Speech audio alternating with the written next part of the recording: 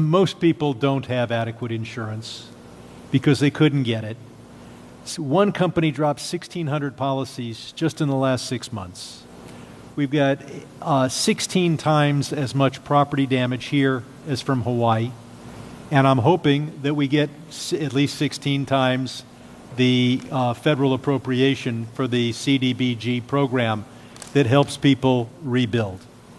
And I know you've talked about policies of California that you're not a fan of, but I've been in Congress for 28 years. I really disagree with Louisiana on their abortion policy. I disagree with them on their campaign finance policy. I disagree with North Dakota on their gun policy. And I would never turn to somebody from Louisiana and say, you keep living on your cousin's couch, because we're not going to help you rebuild until Louisiana agrees with me on a woman's right to choose. So I'm hoping that we can get these funds and that we don't punish individuals for the policies of their state. You can disagree with them, and I think you've got some ideas. I look forward to us listening. Also on tariffs, I often agree with you on tariffs, but how about no tariffs on building materials for the next 3 years? Well, we'll take a look at that, actually. Mr. President. Mayor, please. Yes. First of all, let me just take the opportunity to officially welcome you to Los Angeles. Really appreciate you coming, and especially you come just a few days after your inauguration. So I want you to know that your presence here is very much appreciated. Let me also say that I know you had an opportunity to see the devastation. You've seen the extreme loss, the grief that people are going through here. And we are 100% committed to getting this neighborhood rebuilt again.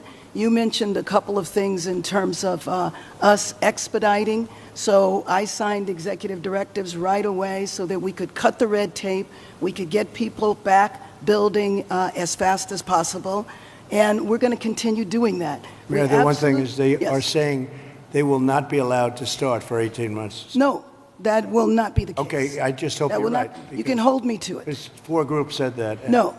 That would be they should be able to do it. They should be able to start tonight. That will not be the case. You know, first we have to take care to make sure that there's not getting rid of the hazardous waste, cleaning things up so that people can start right away. And just like you said, if somebody had their house was destroyed and they're going to rebuild essentially the same, maybe a little bit longer, a little bit higher, they really shouldn't have to go through much of a process. So I want you to know that we are expediting that. We absolutely need your help.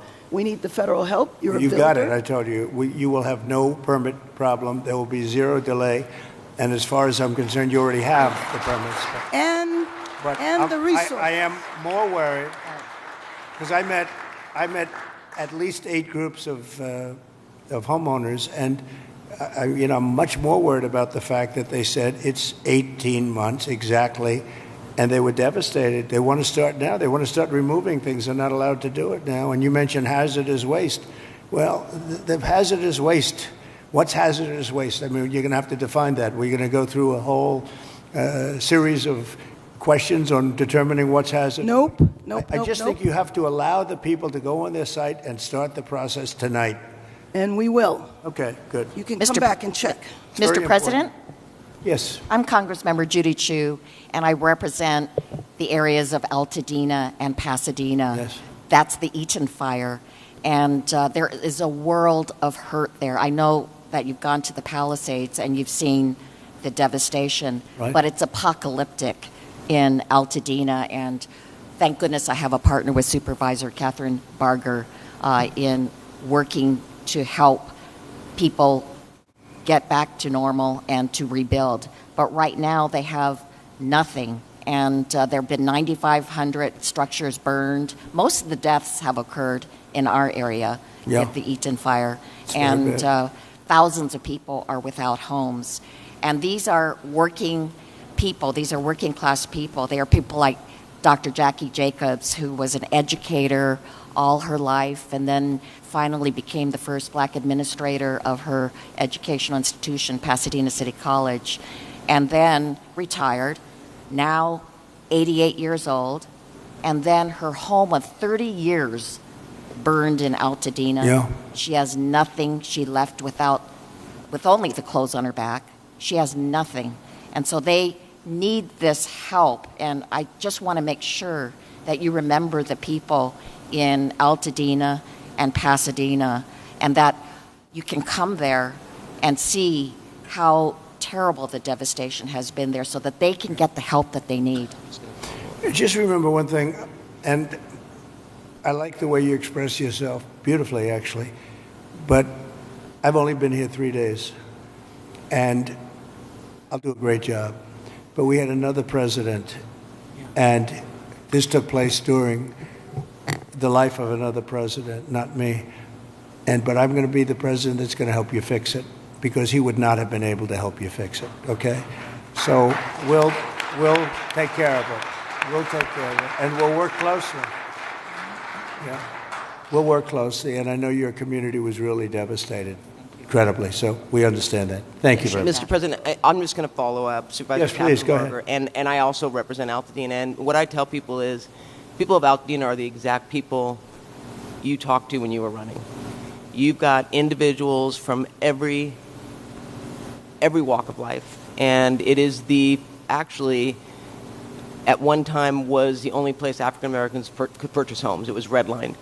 And so you've got a lot of generational wealth there. And one of the commitments I've made, and we've had meetings with some of you people in HUD that you've got there now, to work with them and work with your administration to see how we can help.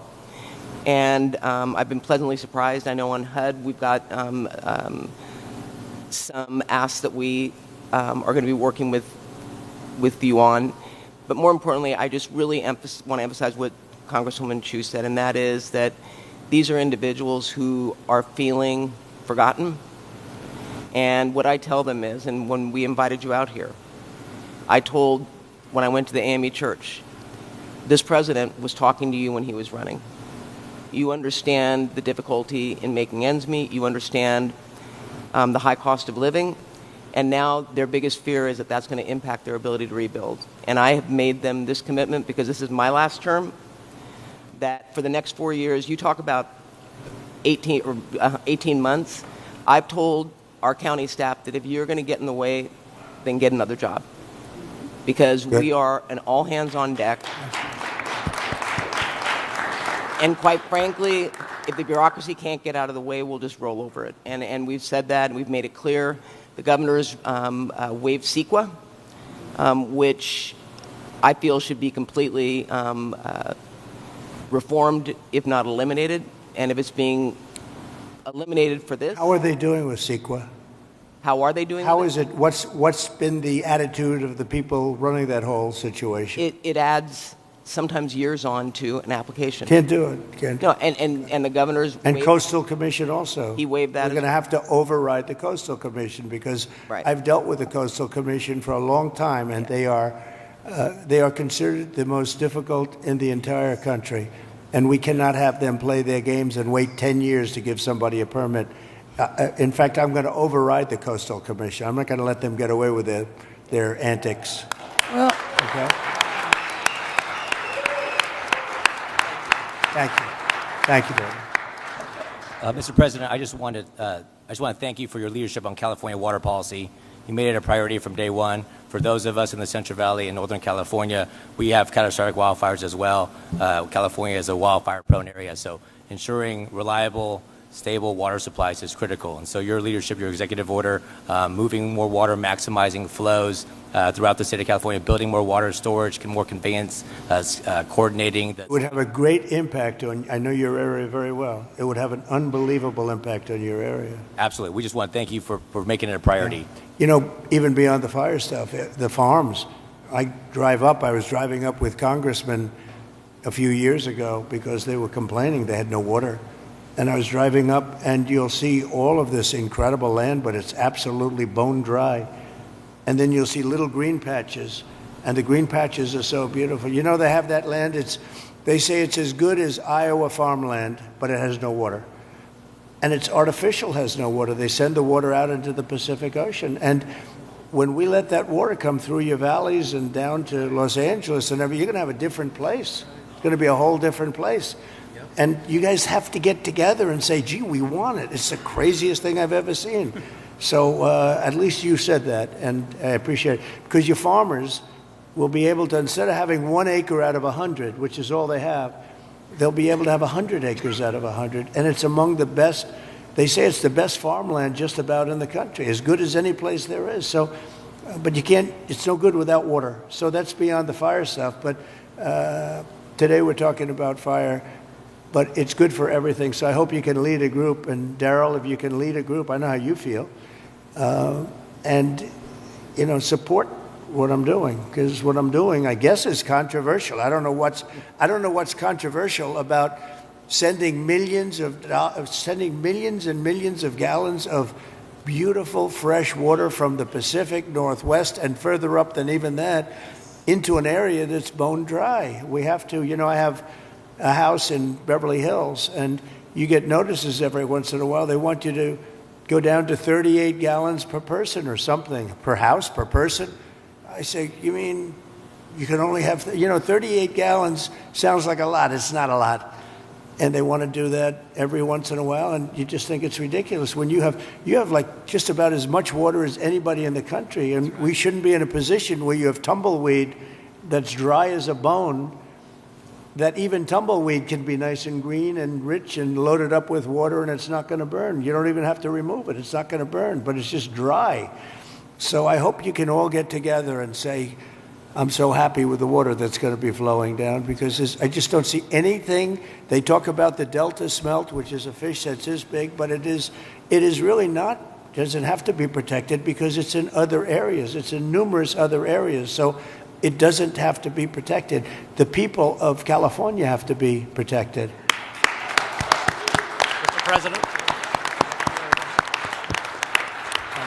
Mr. President, could I just speak for a moment? Kevin Kiley, California. Yes. First of all, you're absolutely right about the Coastal Commission. I've introduced legislation to rein them in. We've been talking with Rick about this. They're out of control. Absolutely out of control. It's insane the things they've been getting away with. I think they thrive on it, actually, if you want to know the truth. It's so ridiculous. That's right. They even tried to stop SpaceX from launching rockets. It's just That's true. But you mentioned your predecessor and how he didn't fix the situation, which is absolutely right. Not only that, during the Calder Fire, which was a few years ago, which was in my district, 600 people lost their homes in a town called Grizzly Flat. He came and he promised that he would help them out, but he broke that promise many times. He never delivered them the individual assistance they were asking for. So this has underscored for me the importance of helping the victims, making sure in this situation, in every fire, we get money to the victims, and we make sure that, that nothing stands in the way of that. But I just want to thank you for your focus on bringing sanity to California, water and fire policy. There's no place that needs a revolution in common sense quite like California. You have so much water. Use it and be happy about it. Mr. President, be happy. Mr. President, my name is Joel Pollack, and I am a journalist with Breitbart News, but I happen to live in the Pacific Palisades, as do other colleagues. One colleague, John Kahn, wrote the song Fighter, which you played at your campaign rallies. He lost his house and the studio he wrote that song in. We were lucky because I was able to fight the fire on my fence. But when I got to my house, there was no water in the pipes. So I got inside and I picked up the flower vases, because I give my wife flowers every week, and there was water there, and we started with that. Then I found my son's bucket of baseballs, and I dumped the baseballs on the ground, and I used the bucket. But there was still no water, except for the water in the gutter coming from the burnt homes uphill. So I went to and fro to my gutter and my fence with my bucket. 2 guys showed up in a truck, 2 neighbors. We found 2 more buckets, bucket after bucket after bucket. Many of my neighbors, including some here, tried to fight the fires. They couldn't. We were lucky our house was saved. But we should not have to rely on buckets to put out a fire. That's right. You can't stop an 80-mile-per-hour wind or 100-mile-per-hour wind, but there were many things that went wrong here that are basic and small. We did not have traffic police to guide the evacuation, so there was gridlock on Sunset. They've removed the vehicles now, but there were dozens of vehicles that were abandoned by drivers who fled for their lives because there were no traffic cops available. The fire department wasn't pre-deployed, even though there was an extreme wind event coming. And Many of my neighbors lost their fire insurance in the days before the blaze. So I asked my neighbors what would they want to know if I could ask the president a question, and the number one thing was insurance. Can you work with the insurance companies to get people back to where they were before they lost the coverage because of California's regulations? And can you make California change its rules so that when we build again, we can get fire insurance and we don't have to worry? And there's one other point I want to make. I really appreciate my congressman advocating for money. We need the money from the federal government. But I also understand Americans who are tired of spending money on California and disasters happen, and the California government passes $50 million to oppose your policies. So they have $50 million for that, but not for moving people into rental homes or helping people relocate or rebuild. I would like to ask you to follow the 9/11 Commission precedent and appoint a special master to watch the money, to make sure that every federal dollar that gets spent here is spent on fire relief and rebuilding and not on everything else. Good idea. Here's a good one right over here. I don't know if you... Do we all like... He's very busy. He was ambassador to Germany. He was fantastic. Angela Merkel's happiest day ever in her history, and she had a long history, was the day I removed him from there and put him in charge of a very high level of intelligence and intelligent people, but they were not intelligent enough to fool him. But Rick Grinnell has been fantastic, and he lives here, and I don't know if you want to either think about it or recommend some people or get together and recommend some people as a group, which is fine. But Rick would be somebody that I would certainly consider. And Breitbart is fantastic, by the way. Congratulations on that. And I was so impressed with the firefighters I met before. And they said that, I asked them how many of the pumps, how many of the hydrants were working. And it was a, large percentage of them were not working at all. They had no water. And the ones that did have water didn't have a lot of pressure. And one of the things that was missing, many of you have sprinklers over your living room and your bathroom and your kitchen. I mean, if those sprinklers worked with some pressure, you would have had a much different outcome. So we're going to work on that. I think in terms of that, Rick Grinnell would be good, or Rick, you'll head up a group of people that would recommend a few people to me, maybe a commission, set up a commission. I like it because we're talking about a lot of money. The other one is Kelly Loeffler is now the head of small business, and small business is big business. It's actually one of the biggest banks in the world. We call it the Small Business Administration, and she's a cabinet member, full cabinet member. She's fantastic. Her husband is the head of the New York Stock Exchange, so they know something about money and other exchanges, actually. Fantastic people. And she wants to come here almost immediately after she gets approved. She wants to come here and open up small business to the area because they have a lot of money. I always say the small business is actually a very big business when you add it all up. And she's going to come here, and it's a very important thing. I want to thank also the First Lady, because she wanted to come here. She wanted to be here. She has so many friends, and she also wanted to see North Carolina because that was another disaster that was so bad, so different, but so bad. And she just wanted to go there. We said we're going to stop at one, and then we're going to the other. In many respects, it was a depressing day, but in many respects, it was a beautiful day because the spirit is so incredible. North Carolina and here. Very, very similar situation. So different and yet so similar, actually. And so I just thought it was very nice. You wanted to be here, and we appreciate that.